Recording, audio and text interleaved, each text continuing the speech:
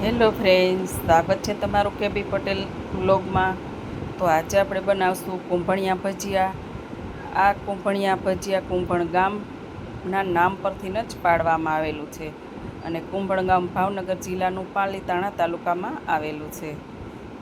અને આ ભજીયા કુંભણ ગામમાં ટ્રેડિશનલી વર્ષોથી બને છે અને આ ભજીયા બનાવવા ખૂબ જ ઇઝીલી છે. આ ભજીયામાં ઈનો કે સોડા કાંઈ પણ ઉમેર્યા વગરના બનીને તૈયાર થાય છે અને જરાય પણ તેલ રહેતું નથી, એટલે આ ખાવામાં ખૂબ જ ટેસ્ટી લાગે છે ભજીયા. અને આ ભજીયા બનાવવા ખૂબ જ ઇઝીલી છે. તો જો તમે ચેનલમાં નવા હોય તો લાઇક શેર સબસ્ક્રાઈબ કરી દેજો અને પાસે આપેલું બેલ આઇકન જરૂરથી પ્રેસ કરજો. તો ચાલો બનાવવાનું આપણે શરૂ કરીએ. તો અત્યારે મેં અહીંયા જો લીલી મેથીની ભાજી લીધી છે, એક વાટકો, 5 થી 6 લીલા મરચાં છે, એક લાલ મરચું છે, એક લીંબુ છે અને 8 થી 10 કળી લીલું લસણ છે અને 150 ગ્રામ જેટલી કોથમીર છે. તો આ બધું પહેલેથી જ મેં ધોઈ સાફ કરી અને કોરું કરીને લીધું છે. તો આ બધા જ આપણે ભાજીને આ બધું છે એ આપણે પહેલેથી જ સુધારીને રાખ્યું છે. મેથી, લીલા ધાણા, લસણ, મરચાં, આદુનું છીણ, લીંબુનો રસ અને સ્વાદ મુજબ મીઠું. તો આટલી જ વસ્તુ આપણે ઉમેરવાની છે. તો એક બાઉલ લઈ લીધું છે, તેની અંદર 1 વાટકો જેટલી હું અત્યારે મેથી લઈશ. તમારે આનું માપ જ લઈને ઉમેરવાનું છે. અને અડધો વાટકો જેટલું લીલા ધાણા છે અને અડધા વાટકાથી ઓછું એટલું લીલું લસણ છે અને મરચાંની કટકી છે. તો જો તમારે વધારે લાલ મરચાં રાખવા હોય તો 2 મરચાંની ક્વોન્ટિટી એક સરખી લેવાની. સાથે લીંબુનો રસ પણ આપણે સાથે ઉમેરી દઈશું અને જે આપણે આદુનું છીણ કર્યું હતું એ પણ સાથે ઉમેરી દઈશું અને સ્વાદ મુજબ આપણે મીઠું ઉમેરશું.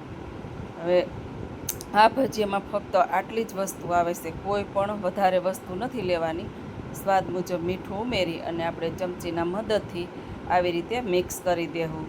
જો આ મીઠું તમે ભાજીની અંદર આવી રીતે મિક્સ કરશો એટલે ભાજી અને કોથમીર છે એ તેનું પાણી છોડવા મળશે. એટલે આપણે આની અંદર પાણીનો જરાય પણ અત્યારે ઉપયોગ નથી કરવાનો.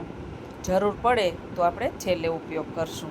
હવે આ બધું તૈયાર થઈ ગયું છે. તો આપણે 1 વાટકી ચણાનો લોટ લીધો છે. જે મેથીની ભાજી લીધી હતી એ વાટકો ભરીને જ ચણાનો લોટ લીધો છે. તમારે માપ એક સરખું જ લેવાનું છે એટલે ભજીયા એકદમ સરસ પરફેક્ટ જે કુંભણ ગામમાં બને છે તે જ રીતના બનીને તૈયાર થાય. હવે આપણે આ લોટ અડધો લીધો છે અત્યારે અને અડધો લોટ બાકી રાખ્યો છે. તો હવે મિક્સ કરી દઈ, થોડું મિક્સ કરી અને પાછું અડધો લોટ જે બચ્યો હતો એ પણ આપણે સાથે મિક્સ કરી દઈશું અને હળવા હાથે આપણે આને મિક્સ કરવાનું છે. બહુ લોટ બાંધી એવી રીતે વજન નથી દેવાનું અને હલકા હાથે મિક્સ કરી અને આ રીતનો લોટ તમારો તૈયાર થાય. તો અત્યારે જો કઠણ જ છે આટલો લોટ. તો હવે આપણે આને 2 ભાગમાં અડધો અડધો કરી લેશું. જો જ્યારે તમારે ભજીયા કરવા હોય ત્યારે જેટલો લોટનો ઘાણ કરવો હોય એટલા જ લોટમાં તમારે પાણી ઉમેરવાનું. અને અત્યારે આની અંદર 1 ચમચી જેટલું જ પાણી ઉમેરી રહીશું અને થોડું પાણી ઉમેરવાનું, જેથી કરીને લોટ તમારો નરમ ન થાય. અને જો લોટ નરમ થઈ જાય તો તમારે પાછો ભાજી અથવા તો લોટ થોડોક ઉમેરી અને પાછો આ રીતનો લોટ તૈયાર કરી લેવાનો. જો આવી રીતે. અને ક્યારેક 1 ચમચી પાણી જોતું હોય છે અને ક્યારેક અડધી જ પણ ચમચી પાણી જોતું હોય છે. એ ભાજી ઉપર ડિપેન્ડ કરે. જો વધારે પાણીવાળી ભાજી હોય તો તમારે બિલકુલ જરૂર ન પડે અને ક્યારેક ચમચી એકનું જરૂર પડે. તો આપણો લોટ તૈયાર છે. તો પહેલેથી જ ગરમ થવા મૂકી દીધું હતું તેલ. તો ભજીયા આપણે પાડી લઈ અને ભજીયાને આપણે મીડિયમ ટુ લો ફ્લેમ પર જ રાખવાના છે. અને આ રીતે તમારે આંગળાની મદદથી આવી રીતે એક નાના ભજીયા લેવાના છે. મોટા ભજીયા જો તમે પાડશો તો ભજીયા કાચા રહે અને નરમ રહે. અને આ ભજીયા એકદમ સરસ ક્રિસ્પી બનીને તૈયાર થાય છે અને ક્રિસ્પી ભજીયા જ ખાવાની મજા આવી છે. તો આવી રીતે તમારે 4 આંગળાની વચ્ચે બેટર રાખી અને અંગૂઠાની મદદથી તમારે આવી રીતે ભજીયા પાડવાના છે.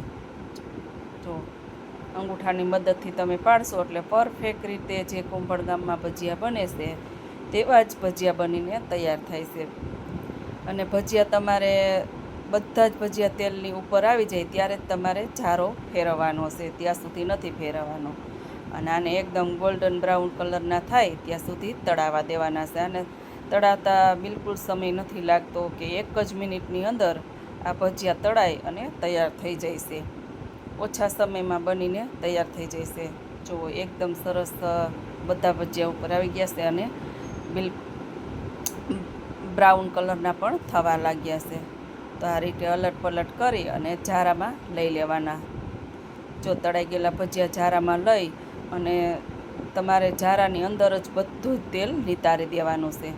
આ રીતે રાખશો એટલે બધું જ તેલ એકદમ નીતરી જાય અને તેલ નીતરી ગયા પછી જ આપણે કોઈ પણ પ્લેટમાં લેવાના છે. હવે આ ભજીયા ખાતી વખતે તમને જરાય પણ તેલવાળા નહીં લાગે, એકદમ કોરા ભજીયા થઈ જશે. તો આ રીતે આપણે પાછો બીજો ઘાણ પણ બનાવી લઈએ અને બીજા ઘાણમાં પણ તમારે પાછું અડધી ચમચી જેટલું પાણી ઉમેરવાની જરૂર પડશે, કેમ કે લોટ પડ્યો રહ્યો હોય એટલે થોડોક નરમ થઈ ગયો હોય, એટલે પાછી આપણે બીજો ઘાણ કરી ત્યારે અડધી ચમચી પાણીની જરૂર પડે છે.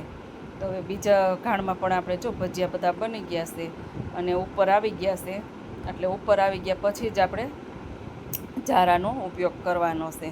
તો હવે આપણે બધા જ ભજીયા બનીને તૈયાર થઈ ગયા છે. જો આ રીતના દેખાવમાં પણ બહુ જ સરસ ભજીયા લાગે છે અને તેટલા ખાવામાં પણ ખૂબ જ ટેસ્ટી લાગે છે.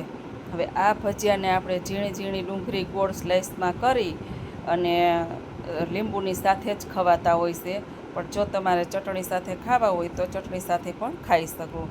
આ ભજીયા ખૂબ ખાવામાં ટેસ્ટી લાગે અને એકદમ સરસ મજાના ક્રિસ્પી પણ લાગે છે.